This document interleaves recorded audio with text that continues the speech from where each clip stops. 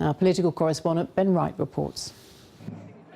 This was a mobilisation on a big scale.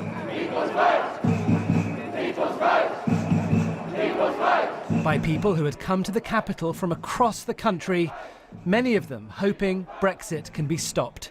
2 years on from the referendum to leave the EU, the march organisers said more than 100,000 people turned up to demand another vote on the final Brexit deal. Sam is a gardener from Somerset. Ian runs a business in Surrey. I can tell you right now, running two businesses, that this is the last thing I want to be doing on a Saturday. But I'm having to do it because I see that it's the only democratic opportunity I have to make my voice heard. The criticism would be from Leave supporters, look, we've done this. You're trying to rerun the whole argument again. Well, I can take that point, but it's an entirely different context this time. It's not whether we leave or stay, it's what the deal is. First-time protesters joined veteran marchers, fired up by recent warnings from businesses like Airbus and now Siemens about the potential economic costs of Brexit.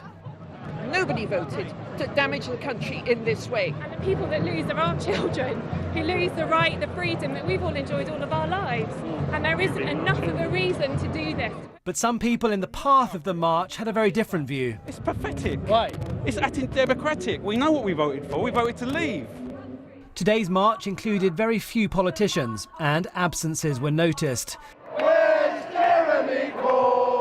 Labour's leadership and the government are both opposed to any idea of a new public vote on the terms of the Brexit deal. The Labour membership and Labour voters are changing their mind, and so I've always been clear the leadership of the Labour Party has to catch up with the people. Leave supporters will look at this and think you're just trying to unpick the referendum. Well, you know what's happening? This is what I'm picking up.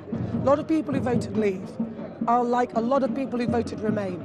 Really worried now about how this is all playing out as Brexit reality dawns. The tens of thousands of people marching past Theresa May's front door today are adamant that Brexit is not inevitable and can be stopped. But the government insists that Brexit must and will happen. Next week, Theresa May will be back in Brussels for the next round of negotiations. Ministers insist talks are on track, but they're prepared to walk away.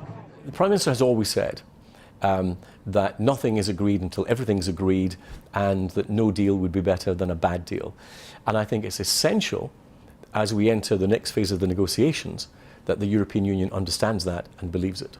In another part of Westminster, there was a smaller demonstration in support of Brexit, clashing protests that prove again how divisive the decision to leave the EU remains. Ben Wright, BBC News.